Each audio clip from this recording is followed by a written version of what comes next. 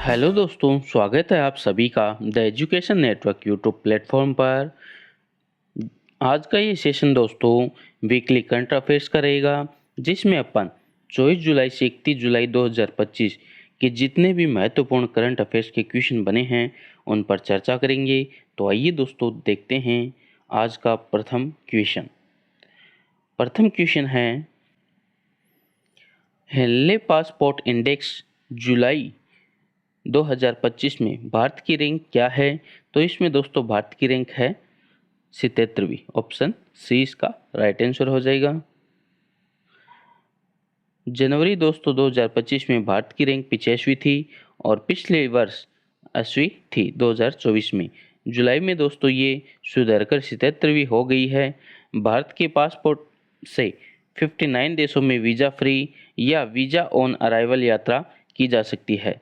Singapore जो 193 गंतव्यों के साथ शीर्ष पर है, जबकि जापान और दक्षिण कोरिया संयुक्त रूप से दूसरे स्थान पर है। अफगानिस्तान दोस्तों इसमें 99वीं रैंक के साथ सबसे नीची रैंक पर है। तो 2025 में जनवरी में भारत की रैंक 85वीं थी और अब जुलाई में दोस्तों 2025 में हो गई है 77वीं।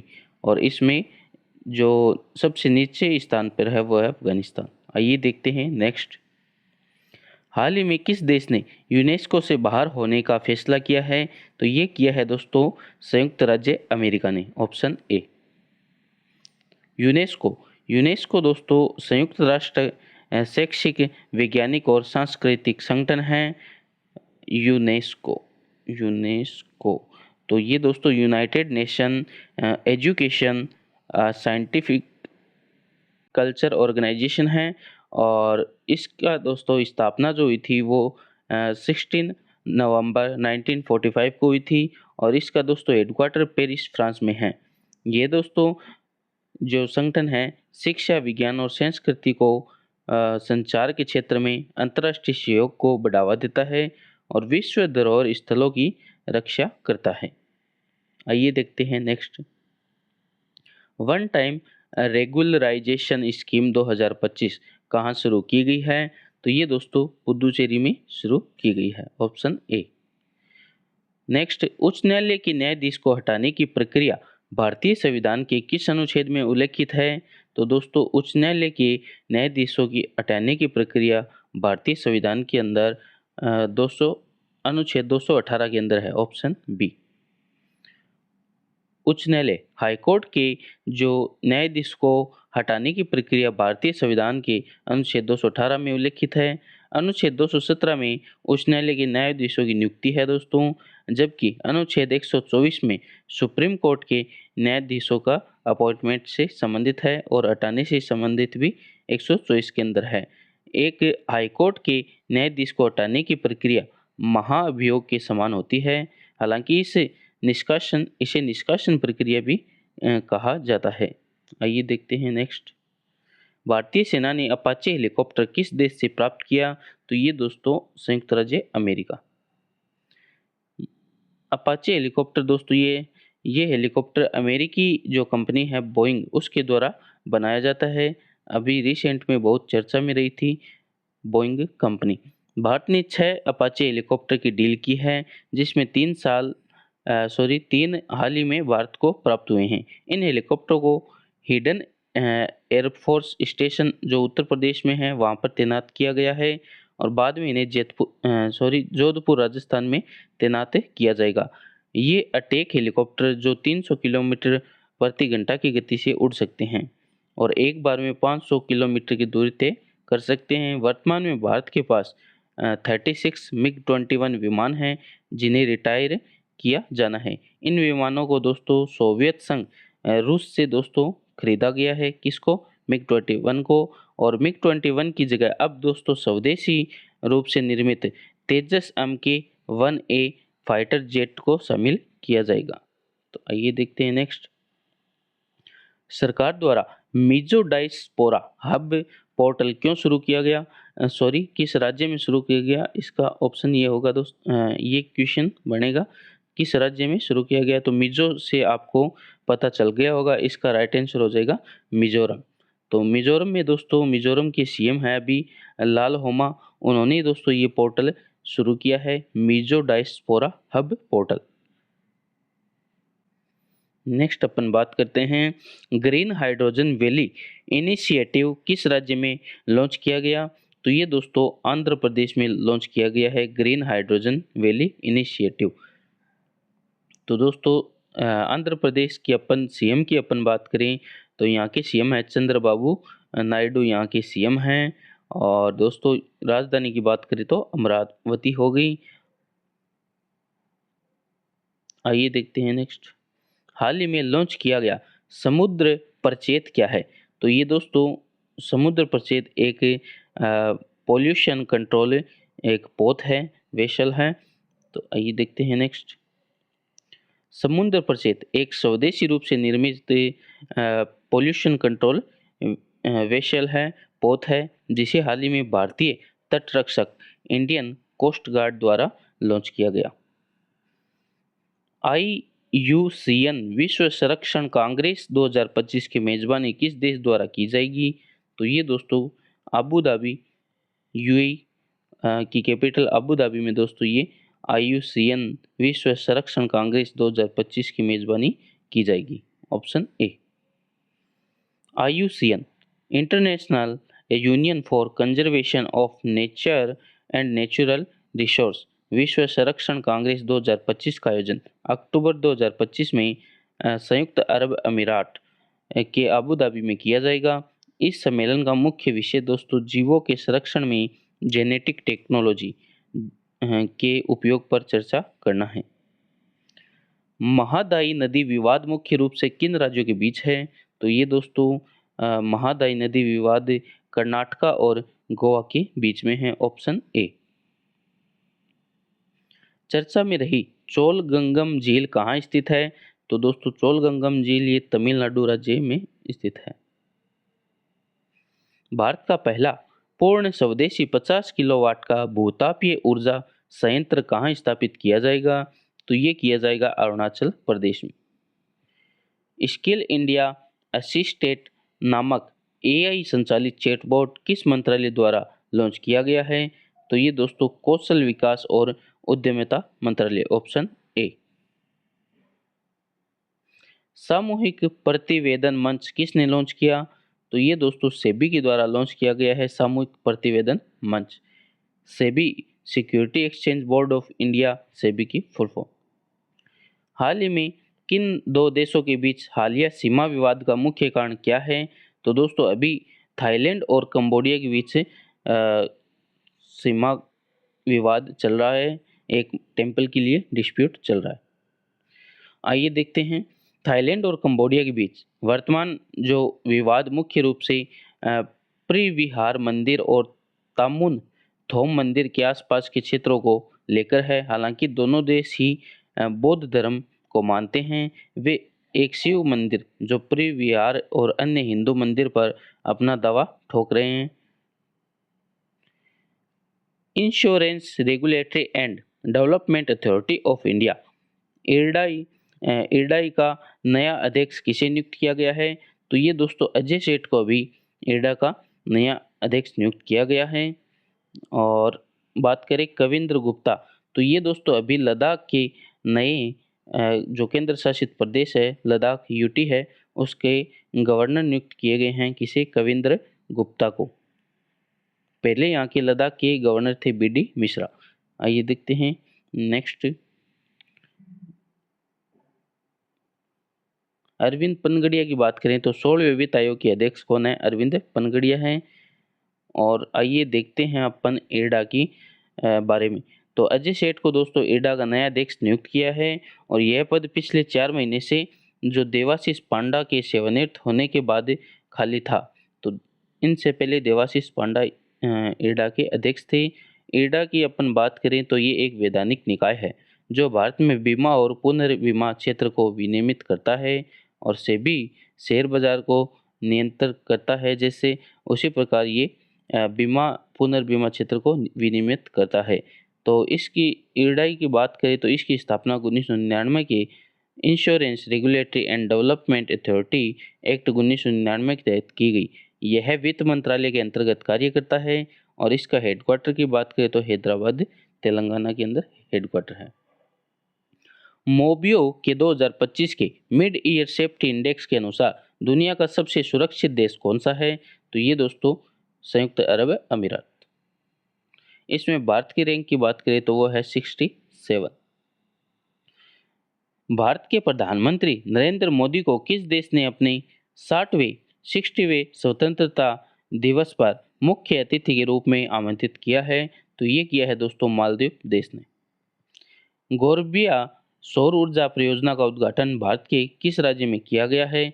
तो ये दोस्तों राजस्थान में किया गया है।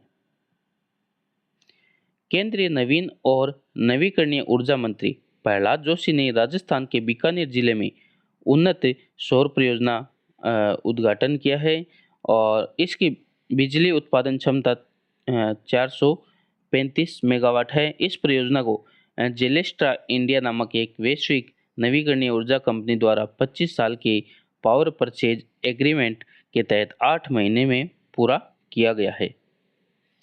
कारगिल विजय दिवस कब बनाया जाता है? तो ये दोस्तों 26 जुलाई को बनाया जाता है कारगिल विजय दिवस। आइए देखते हैं कारगिल विजय दिवस के बारे में। तो कारगिल विजय दिवस दोस्तों हर साल 26 जुलाई को बनाया जाता है। यह दिन भारत और जो पाकिस्तान के बीच 1999 में हुई कारगिल युद्ध में भारत की जीत का जश्न मनाता है। इस युद्ध में पाकिस्तान ने उस समय जम्मू कश्मीर के कारगिल जिले में भारत के उच्च ऊंचाई वाले क्षेत्र पर कब्जा करने की कोशिश की थी। भारतीय सेना ने ऑपरेशन विजय, कौन सा? ऑपरेशन विजय चलाकर पाकिस्तान को हराया और कारगिल क्षेत्र में अपना पुनः नियंत्रण स्थापित किया। इस वर्ष भारत का 26वां कारगिल विजय दिवस बना रहा है। कौन से सदन में राष्ट्रीय खेल प्रशासन विधेयक नेशनल स्पोर्ट गवर्नेंस बिल पेश किया गया है? तो ये दोस्तों लोकसभा में पेश किया गया है अभी राष्ट्रीय खेल शासन विधेयक। खेल मंत्री की अपन बात करें तो वो है मनसुख मंडाविया। वर्तमान में जो खेल मंत्री है मनसुख मंडाविया। अम्मादेर समाधान योजना किस भारतीय राज्य में शुरू की गई है? तो ये दोस्तों शुरू की गई है कहाँ पर? पश्चिम बंगाल। सीएम की अपन बात करें तो ममता बनर्जी।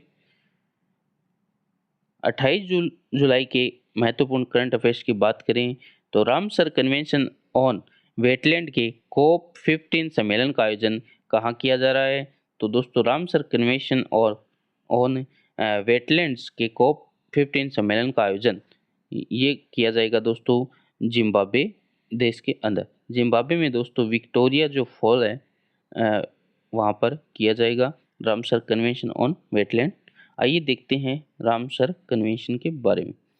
तो ये दोस्तों रामसर कन्वेंशन, ये दोस्तों Ramsar convention on wetland COP15 सम्मेलन का आयोजन 23 जुलाई से 31 जुलाई तक जिम्बाब्वे के विक्टोरिया फॉल्स में किया जा रहा है। इसका मुख्य उद्देश्य वेटलैंड्स जो आर्द्र भूमियों के संरक्षण के लिए सभी सदस्य देशों को प्रोत्साहन करना और बढ़ावा देना है। सम्मेलन की थीम की अपन बात करें तो हमारे सामान्य भविष्य के लिए वेटलैंड का संरक्षण, protecting wetland for our common future.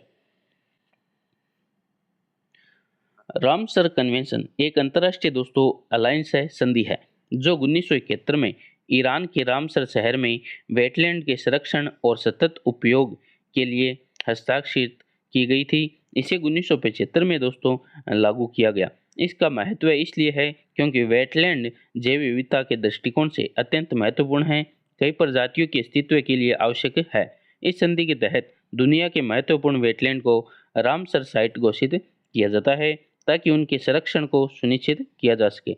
वर्तमान में इसके 172 सदस्य देश है। हर 3 साल में एक बार इस कन्वेंशन की बैठक, जिसे कोप के नाम से भी जाना जाता है, आयोजित की जाती है। भारत में वर्तमान में 91 रामसर साइट हैं, जिनमें सबसे अधिक 20 तमिलनाडु राज्य में हैं। तो ये ध्यान रखना है, सर्वाधिक रामसर साइट कहाँ पर है? तमिलनाडु राज्य। संयुक्त सैन्य अभ्यास बोल्ड कुरुक्षेत्र 2025 किन 2 देशों के बीच आयोजित किया जा रहा है? तो ये दोस्तों भारत और सिंगापुर। रवांडा के नए प्रधानमंत्री के रूप में किसे नियुक्त किया गया है? तो ये दोस्तों जस्टिन तजियोमोवा है, ऑप्शन ए। जस्टिन तजियोमोवा ये रवांडा के नए प्राइम मिनिस्टर बने हैं। आइए देखते हैं, रवांडा के नए प्रधानमंत्री के रूप में जस्टिन तजियोमोवा को नियुक्त किया गया है। रवांडा एक दोस्तों अफ्रीकी कंट्री है और जिसकी कैपिटल की बात करें तो किगाली। रवांडा के जो प्रेजेंट के प्रेसिडेंट है वो है पॉल कगामे और वन सेकेंड पॉल कागामे। और रवांडा अपनी सीमाएं दोस्तों युगांडा, तंजानिया, बुरुंडी और डेमोक्रेटिक रिपब्लिक ऑफ कांगो के साथ साझा करता है। भारत ने अपनी पहली हाइड्रोजन संचालित ट्रेन कोच का सफल परीक्षण कहाँ किया? तो ये दोस्तों भारत ने दोस्तों इसका राइट आंसर हो जाएगा ऑप्शन डी। तो भारत ने पहली हाइड्रोजन संचालित ट्रेन कोच का सफल परीक्षण चेन्नई तमिलनाडु में किया है। आइए देखते हैं विस्तृत जानकारी। भारत ने पहली हाइड्रोजन संचालित ट्रेन कोच का सफल परीक्षण तमिलनाडु के चेन्नई में किया है। इस कोच का निर्माण इंटीग्रल कोच फैक्ट्री चेन्नई द्वारा किया गया। विश्व हेपेटाइटिस दिवस हर साल कब मनाया जाता है? तो ये दोस्तों मनाया जाता है 26 जुलाई। विश्व हेपेटाइटिस दिवस हर साल 26 जुलाई को मनाया जाता है। यह दिवस हेपेटाइटिस रोग के प्रति लोगों में जागरूकता बढ़ाने के उद्देश्य से बनाया जाता है। मुख्य रूप से लीवर को दोस्तों ये प्रभावित करता है और यह दिन डॉक्टर बारूक ब्लूमबर्ग की जयंती को चिन्हित करता है, जिन्होंने हेपेटाइटिस बी वायरस की खोज की और इसका टीका विकसित किया, जिसके लिए उन्हें 1976 में नोबेल पुरस्कार से सम्मानित किया गया था। 2025 में विश्व हेपेटाइटिस दिवस की theme hepatitis let's break it down है। थीरन इनिशिएटिव किस राज्य में शुरू की गई है? तो ये दोस्तों तमिलनाडु। कृषि समृद्धि योजना किस राज्य में किसानों के सशक्तिकरण के लिए शुरू की गई है? महाराष्ट्र राज्य। हाल ही में चर्चा में रहा चोलादरा किस राज्य में है? तो चोलादरा है उत्तराखंड। चोलादरा चोला पास दोस्तों हिमालय पर्वत श्रृंखला में स्थित एक पहाड़ी दर्रा है जो भारत के सिक्किम राज्य को चीन के तिब्बत राज्य से जोड़ता है। इसका राइट आंसर सॉरी दोस्तों इसका राइट आंसर चोलादरा। तो इसमें इसका राइट आंसर दोस्तों उत्तराखंड नहीं होगी, इसका राइट आंसर होगा सिक्किम। ऑप्शन में नहीं है सिक्किम, तो राइट आंसर हो जाएगा सिक्किम राज्य। आइए देखते हैं विस्तृत। तो चोला पास हिमालय पर्वत श्रृंखला में स्थित एक पहाड़ी दर्रा है जो भारत के सिक्किम राज्य को चीन के तिब्बत से जोड़ता है। यह वर्तमान में चर्चा में है क्योंकि भारत सरकार ने रणभूमि पहल के तहत इसे एक युद्ध भूमि पर्यटन स्थल के रूप में विकसित करने का निर्णय लिया है। यह दर्रा समुद्र तल से 4,593 मीटर की ऊंचाई पर है। पहले एक युद्ध क्षेत्र रहा है। रणभूमि पहल का उद्देश्य भारत के ऐतिहासिक युद्ध स्थलों को पर्यटन के लिए विकसित करना है, जिसकी घोषणा 15 जनवरी 2025 को 77वें सेना दिवस पर की गई थी। विश्व जूनियर स्क्वैश चैंपियनशिप 2025 में किसने कांस्य पदक जीता है? तो ये जीता है अनाहत सिंह ने। अनाहत सिंह एक भारतीय स्क्वैश खिलाड़ी है जो दिल्ली से हैं। उन्होंने हाल ही में मिस्र के काहिरा में आयोजित विश्व जूनियर स्क्वैश चैंपियनशिप 2025 में दोस्तों कांस्य पदक जीता है, ब्रॉन्ज मेडल। सीआरपीएफ ने हाल ही में अपना कौन सा स्थापना दिवस बनाया है? तो दोस्तों ये बनाया है 27वां स्थापना दिवस। सीआरपीएफ इसकी स्थापना दोस्तों मूल रूप से 27 जुलाई 1939 को ब्रिटिश शासन के दौरान मध्य प्रदेश के नीमच छावनी में क्राउन रिप्रेजेंटेटिव पुलिस के रूप में हुई थी। भारत की स्वतंत्रता के बाद 28 दिसंबर 1949 को केंद्रीय रिजर्व पुलिस बल अधिनियम के माध्यम से इसका नाम बदलकर CRPF central reserve police force कर दिया गया। सीआरपीएफ भारत में एक आंतरिक सुरक्षा के लिए एक प्रमुख अर्धसैनिक बल है और गृह मंत्रालय के तहत कार्य करता है। तो ये भी ध्यान में रखना है 1939 को ब्रिटिश शासन के दौरान इसकी स्थापना नीमच छावनी में क्राउन रिप्रेजेंटेटिव पुलिस के रूप में हुई थी। आइए देखते हैं नेक्स्ट, अंतर्राष्ट्रीय बाघ दिवस कब बनाया जाता है? तो ये 29 जुलाई को। भारत में प्रोजेक्ट टाइगर की शुरुआत 1973 में उत्तराखंड के जिम कॉर्बेट नेशनल पार्क में हुई थी और नवीनतम 2022 रिपोर्ट के अनुसार भारत में 3,682 बाघ हैं, जो दुनिया के कुल बाघों का 70% है। मध्य प्रदेश दोस्तों टाइगर स्टेट इसे कहते हैं और 785 बाघों के साथ सबसे अधिक बाघ वाला राज्य मध्य प्रदेश है और इसके बाद कर्नाटक, उसके बाद उत्तराखंड। विश्व समर वर्ल्ड यूनिवर्सिटी गेम्स 2025 में भारत का प्रदर्शन कैसा रहा? तो इसमें भारत की रैंक दोस्तों रही है 20वीं रैंक और टोटल पदक की बात करें तो 83 पदक। इसमें दोस्तों जापान है जो फर्स्ट स्थान पे रहा था, जापान। विश्व समर वर्ल्ड यूनिवर्सिटी गेम्स का आयोजन दोस्तों ये जर्मनी के राइन रोहर शहर में किया गया था। भारत ने इस प्रतियोगिता में कुल 12 पदक जीते और 2 गोल्ड, 5 सिल्वर और 5 ब्रॉन्ज मेडल जीते और इस प्रदर्शन के साथ भारत का तालिका में स्थान था 20वां। किस राज्य सफाई कर्मचारी आयोग का गठन किस उद्देश्य से किया जा रहा है? तो ये किस राज्य में किया जा रहा है दोस्तों, इसका ये क्वेश्चन है। तो ये दोस्तों बिहार राज्य में सफाई कर्मचारी आयोग का गठन किया गया है। हाल ही में किस के द्वारा ड्रोन प्रहार अभ्यास आयोजित किया गया? तो भारतीय सेना के द्वारा। भारतीय सेना ने हाल ही में अरुणाचल प्रदेश में म्यांमार सीमा के पास ड्रोन प्रहार अभ्यास आयोजन किया। किसने भविष्य के युद्ध के लिए किन 2 नई यूनिटों की घोषणा की है? तो ये दोस्तों भारतीय सेना ने की है 2 नई यूनिटों की घोषणा, रुद्र और भैरव। UEFA महिला यूरो 2025 का खिताब किस टीम ने जीता है? तो ये दोस्तों इंग्लैंड की टीम ने जीता है, इंग्लैंड के द्वारा जीता गया है और स्पेन को हराकर। चर्चा में रहा वृद्धेश्वर मंदिर को यूनेस्को वर्ल्ड हेरिटेज साइट का दर्जा कब मिला? तो ये दोस्तों मिला था, तो ऑप्शन बी 1987 में वृद्धेश्वर मंदिर को यूनेस्को वर्ल्ड हेरिटेज साइट का दर्जा मिला। आइए देखते हैं, वृद्धेश्वर मंदिर 1987 में यूनेस्को वर्ल्ड हेरिटेज साइट का दर्जा मिला। यह मंदिर भारत के तमिलनाडु राज्य के तंजावर जिले में है। इसे राजेश्वर मंदिर भी या पेरुवुडेयर टेम्पल के नाम से भी जाना जाता है। ये भगवान शिव को समर्पित एक हिंदू मंदिर है जिसका निर्माण चोल वंश के शासक राजा प्रथम ने 1003 से 1010 ईस्वी के बीच करवाया था।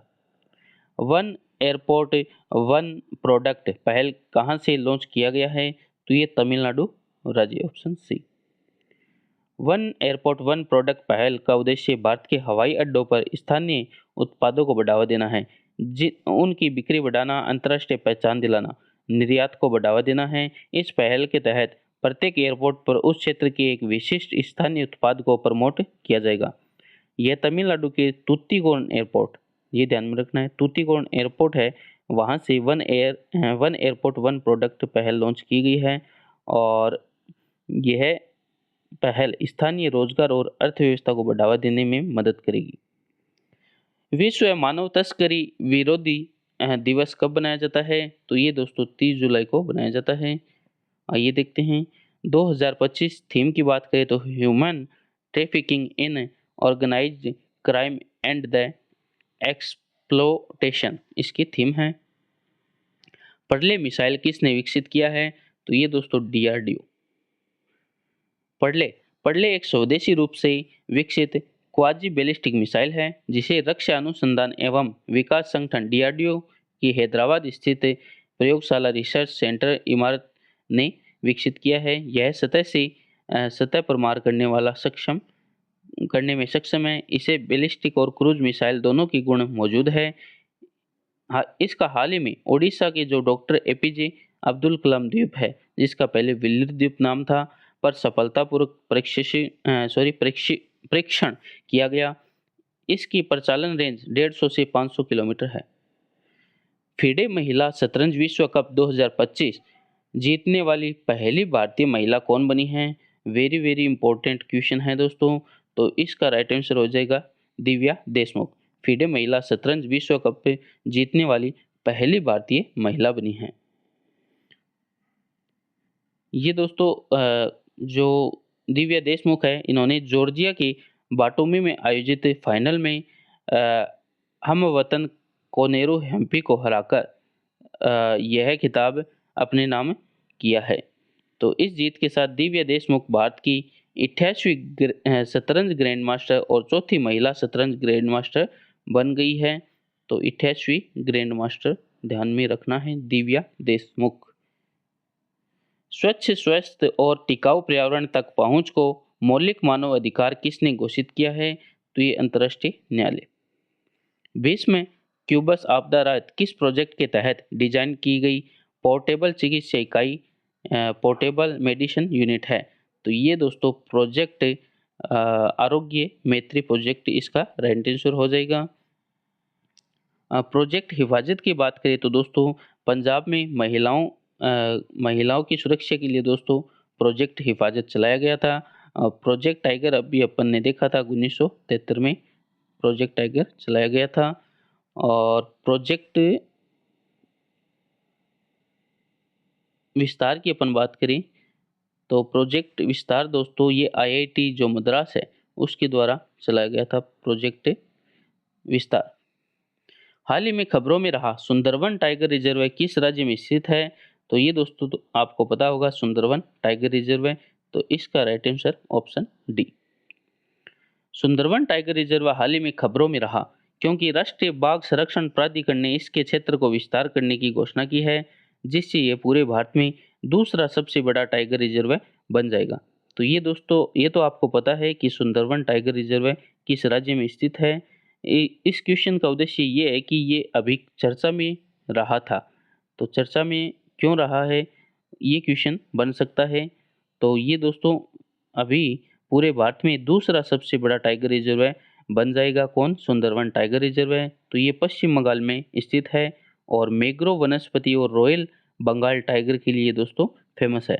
इसका गठन 1973 में टाइगर रिजर्व के रूप में हुआ था। इसके भीतर सुंदरवन नेशनल पार्क की स्थापना 1984 में हुई थी। सुंदरवन नेशनल पार्क जो 1987 में दोस्तों यूनेस्को विश्व विरासत स्थल का दर्जा दिया गया था 1987 में। और वृद्धेश्वर मंदिर तमिलनाडु अभी आया था वो भी 1987। तो इसके आर्द्र भूमि को रामसर साइट का दर्जा भी प्राप्त है। भारत का सबसे बड़ा टाइगर रिजर्व है नागा अर्जुन सागर श्रीशैलम टाइगर रिजर्व जो आंध्र प्रदेश है। और वर्तमान में दूसरा सबसे बड़ा की बात करें तो वो है अमराबाद टाइगर रिजर्व तेलंगाना। हाल ही में कमचट का प्रायद्वीप आए 8.8 तीव्रता भूकंप और सुनामी यह प्रायद्वीप दोस्तों किस देश में स्थित है? कमचट का। तो दोस्तों इसका राइट आंसर हो जाएगा ऑप्शन ए। रूस के कमचट का प्रायद्वीप और प्रशांत महासागर में हाल ही में आए 8.8 तीव्रता के भूकंप और उसके बाद आई सुनामी का कारण प्रशांत प्लेट, पैसिफिक प्लेट और ओक्टास्क प्लेट का आपस में टकराना था। यह क्षेत्र दोस्तों रिंग ऑफ फायर में स्थित है।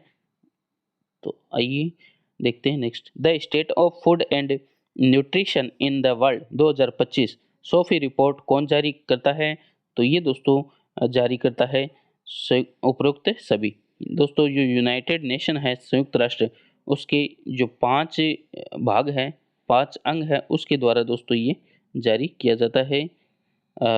तो फूड एंड एग्रीकल्चर ऑर्गेनाइजेशन और वर्ल्ड फूड प्रोग्राम और यूनिसेफ जो यूनाइटेड नेशन और चिल्ड्रन इमरजेंसी फंड।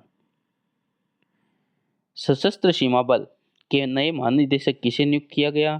तो ये दोस्तों नियुक्त अभी किया गया है संजय सिंघल को।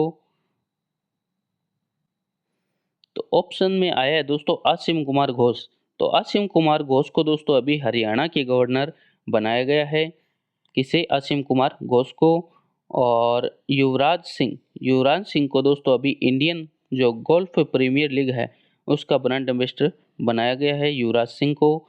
सोनाली मिश्रा की अपन बात करें तो दोस्तों ये आरपीएफ है, जो आरपीएफ है उसमें पहली महिला डायरेक्टर जनरल बनी है। कौन?